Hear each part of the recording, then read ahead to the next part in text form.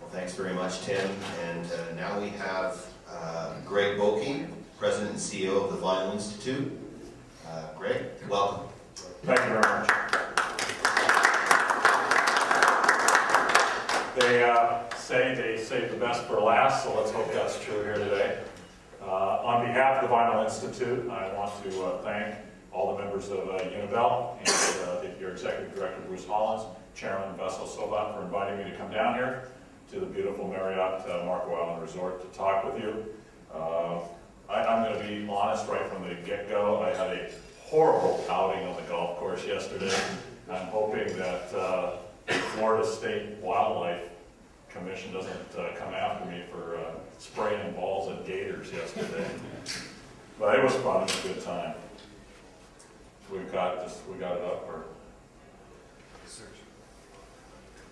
is mine? Yes, it's working on the transfer.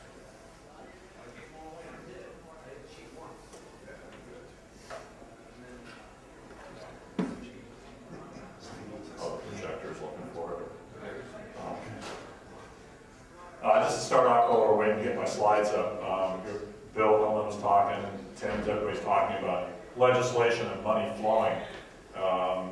There's up on Capitol Hill, as Bill and Tim has pointed out, it's a long process. It's not a microwave oven up there.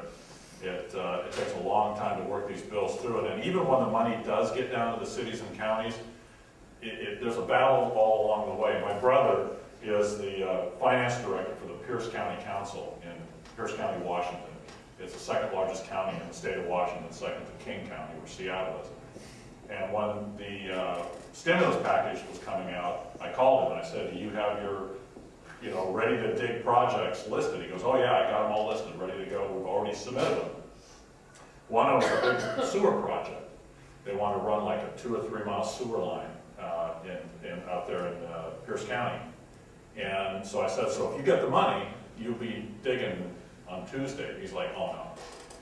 I'm like, well, what do you mean? He goes, well, as soon as we get the money, I'll tell the council we have the money, they'll approve the project, we have the plans, but he goes, it's what's at the other end of the sewer line that's going to cause the problem. And I'm like, what's that? He goes, well, it's a big undeveloped area.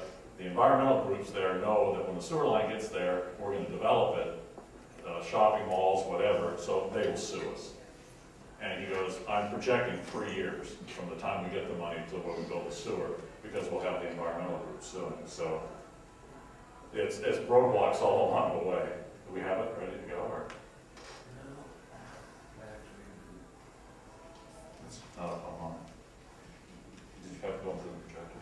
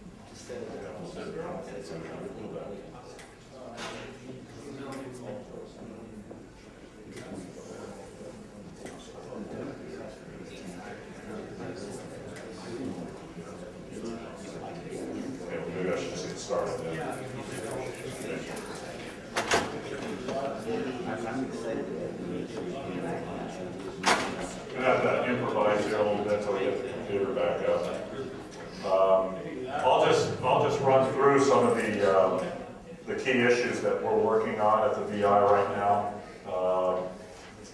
Again, we value the alliances with key trade associations to be key. That's why we work so hard and well with Uni-Bell PVC Pipe Association, American Plastics Council, which is a division of the American Chemistry Council, Vinyl Council of Canada, and to show you the importance of involvement in these groups and these connections.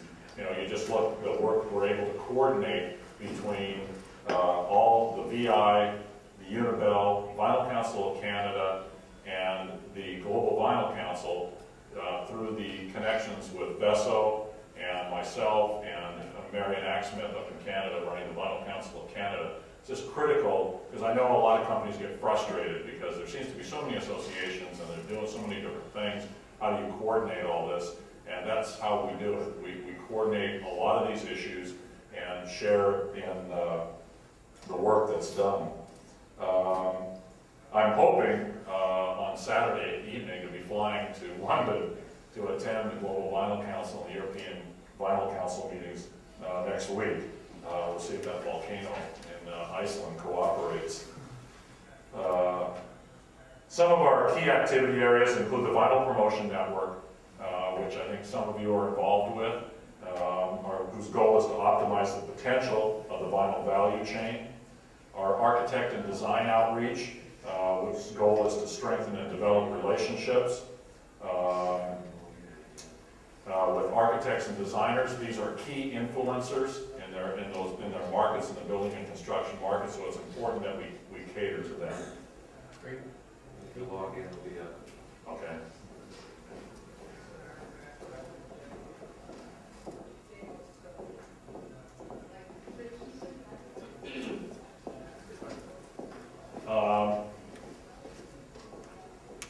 Green building activities has taken up a great deal of our time and efforts over the past several years. We'll talk a little bit about that. Some things have been mentioned already. And then, of course, federal and state advocacy, which goal is to provide defense and promote the benefits of PVC to legislative and regulatory bodies. The Vinyl Promotion Network has now got a structure to it. We have an advisory board consisting of 11 representatives from the vinyl value chain. The chairman is Jay Thomas from Sika Sarnafil, and the vice chairman is Vessel Soba from IPEX, and Phil Torillo from LSI Wall Coverings as secretary-treasurer. VPN has also formed a marketing committee, and we're all working to promote vinyl products as the material of choice and to defend vinyl against attacks from advocacy groups who use misinformation to encourage deselection or bans.